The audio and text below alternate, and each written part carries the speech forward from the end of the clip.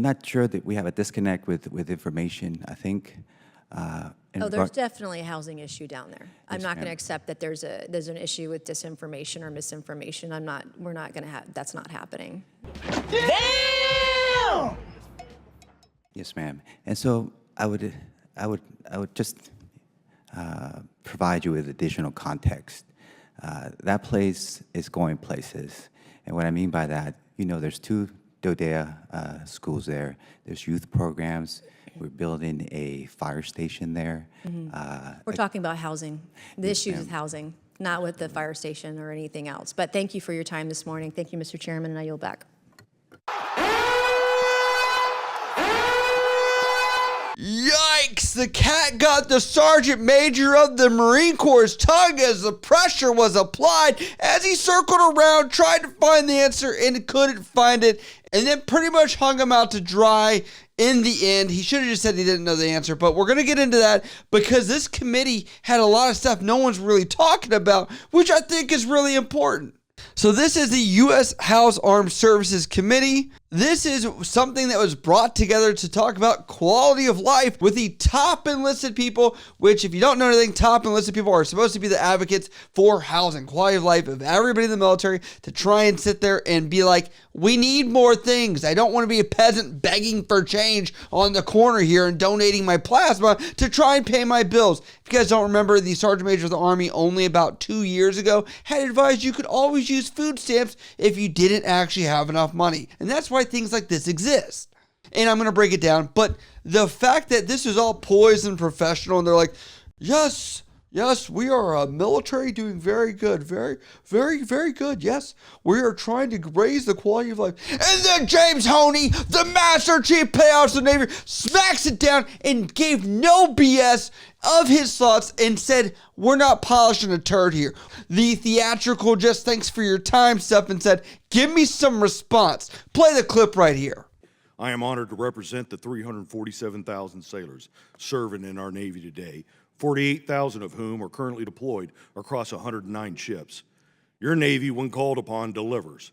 Let us not forget, however, that delivery is made on the backs of our sailors and their families by meeting their quality of life needs. Not only are we honoring their service and sacrifice, we are ensuring that our warfighters can focus on the mission, military pay and compensation, quality health care, quality housing, a retirement plan, and ensuring the military remains a reflection of our society. While these 5 pillars are still necessary and require some shoring, support to the military family should also consider a 6th pillar, as well as we look to address issues such as spouse employment and child care. On the topic of housing, I'd like to point out that the Navy is unique from our sister services in that we don't have the authority to provide housing allowance to our sailors that are E3 and below, currently assigned to ships.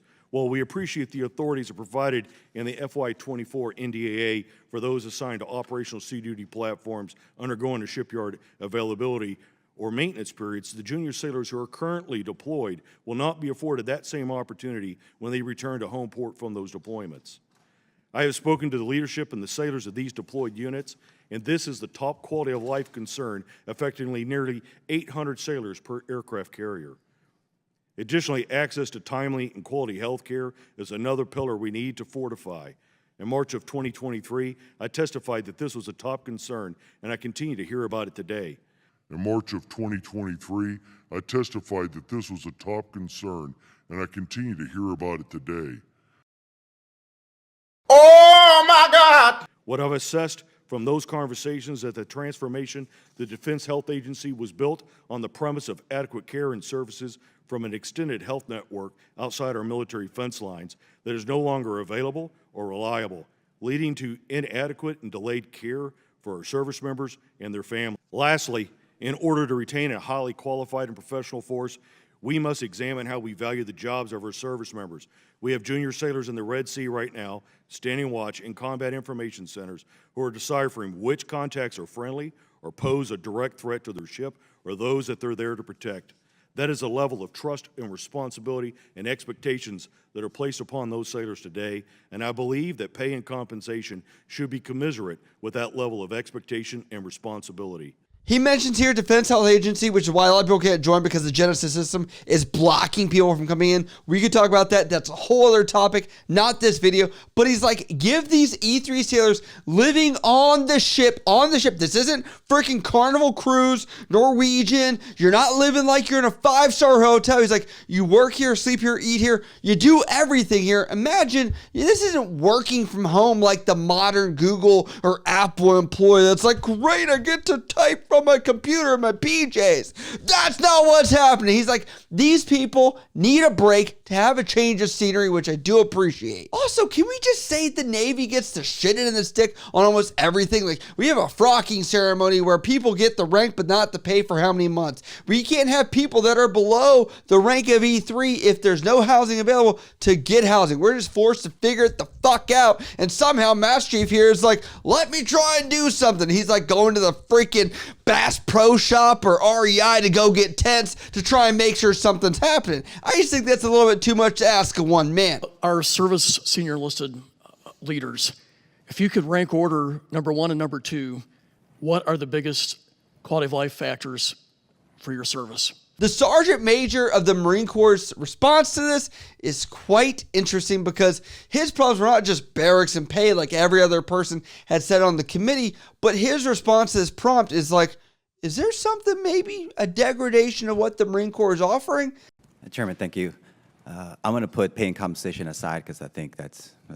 But if I had to go right after that, unaccompanied housing for us is number one. Your support in helping us achieve the Barracks 2030 campaign is crucial, and I look forward to speaking to you more about that. The next part for us is the way that we want to develop the total force, the way that we want to deliver a human performance, as you will, to our Marines from the very early stages of the initial training and training pipeline and modeling proper and what behavior looks like.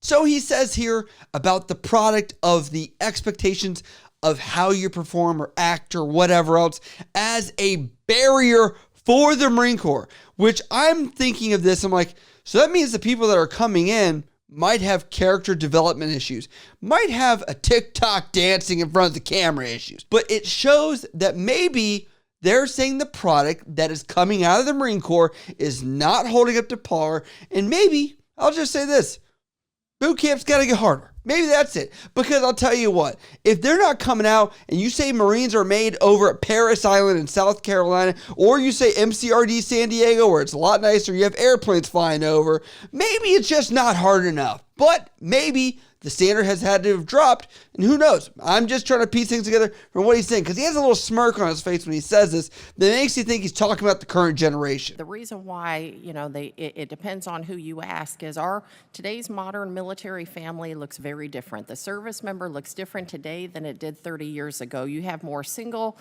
service members, you have more dual working service members, more dual military service members, and to that end, they're all very important. I will, though, continue to emphasize the pay and compensation piece. We have an opportunity today to pull some levers that don't increase the top line because we're all very well aware of that, and so I hope that we take an opportunity to look at pay and compensation, especially when you consider we have not done a targeted pay raise for your military service members since 2007. Now, I will say the top enlisted of the Air Force, Joanne Bass, we've talked about her before. Bass, it's a joke. It's over now. Good thing it's over. But anyway, I have to commend her for saying, we haven't done a targeted audit of military pay since 2007. I'll do a Dr. Evil little figure here because there's millions of dollars that I think military probably been underpaid. Can we be fair and assess that we had a economic downturn in 2007 and 2008 because of the housing crisis? And can we also say we also had a pandemic and a lot of other things of recovery of the economy since then? And right now, everyone's pockets are hurting essentially? I'd say so. So why has it been it's going to be 2 decades almost by the time this finally occurs because they're doing it in 2025. We should have a greater periodicity where this is reviewed on a more regular basis than just every, couple decades. What, every 5 years, maybe 10 years? I don't know. Write down in the comments what do you think would be a better periodicity than every, 18-ish years. But I'm most I'm most concerned about, obviously, the 1st Congressional District of South Carolina. We don't go a week without hearing from a service member or someone locally about quality of life issues, particularly as it relates to housing. And about half of all the bases in the state of South Carolina are in the Low Country. They're either in the 1st or in Clyburn's 6th. And so my first question is going to go to Sergeant Major Ruiz. The Marine Corps Air Station in Beaufort, I hope you've been there. I'm sure you've been there several times. Not only is it stunningly beautiful, but we are experiencing a housing crisis. There's a military population of around 12,000 in Beaufort County. There are only 1,140 units at the Marine Corps Air Station in Beaufort, and approximately 960 of those units are occupied, with the rest being either in disrepair or completely unlivable. These units were built in the 60s. They have not experienced significant upgrades or increased volume since construction, and obviously it breaks my heart to hear this. I hear about it almost every week. It's probably the biggest challenge we have in housing in my district would be that particular one. So what can we discuss today that DOD is doing to ensure our Marines and their families in Beaufort have access to safe and quality and affordable housing? And thank you. Not to put you on the spot, but we are. Ma'am, we have a very good relationship, Marines and the privatized housing, AMCC. They work very hard together to ensure that the families have the best possible home. Now, AMCC, they're doing the best they can. And in that specific area, ma'am, what we have is overage in inventory. And so in the business model, one, I imagine, would have to make a decision on where to save. And so what empty houses sit and what do we invest in those? So we're not. Today, there's, they call them ready rack homes. Mm-hmm. And so those are homes that are already available to families or single parents ready to move in. And so I'm not sure that we have a disconnect with information. I think.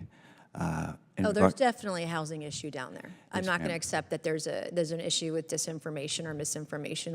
We're not going to have, that's not happening.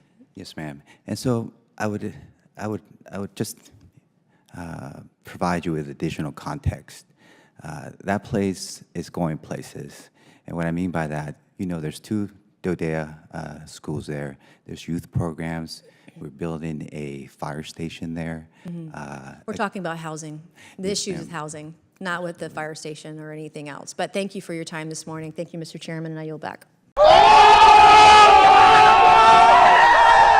And we talk a lot about value proposition today. So just as an example, right, when we look at, are some of our models outdated?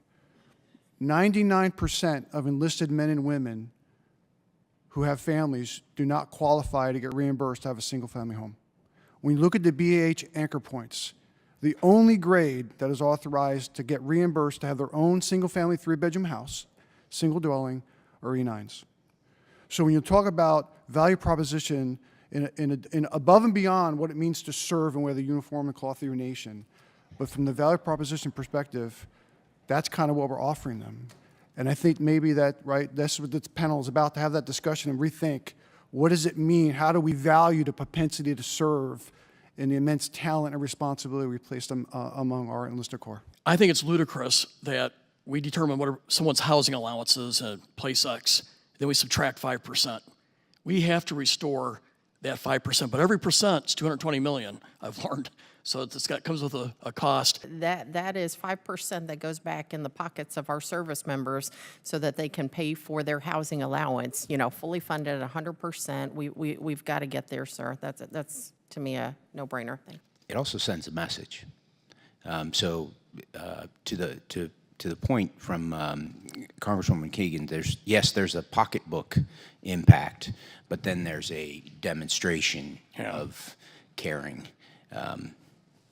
But we're going to try to work hard. May not be able to do it in one fell swoop, but we're going to try to chip away at this and get it done, because I think it's just a terrible mistake, what we've done to the servicemen and women by doing that. That the military is only paying 95% of what is supposed to be 100% of your housing allowance. And this is because if you're a certain rank, you're supposed to get paid a certain amount in order to purchase or be able to afford some level of housing at apartment, townhouse, house level, whatever. And if you have dependents, there's a certain level of that as well. And so you're like, oh, you're supposed to afford this, but 5% less. It shows and tells the rest of the military, we only care about you 95%. We really can't do the 100, even though everybody is supposed to say you get 3 meals a day and you get a hot cot. The marketing with this doesn't say you get 95% of a hot cut or 95% of the food that you should be getting and you cover the rest. That's not what it says. It says you're supposed to get that. It's understanding that you're supposed to get that. That's why people join. And when you have stuff like this, it just leaves a bad taste in people's mouths.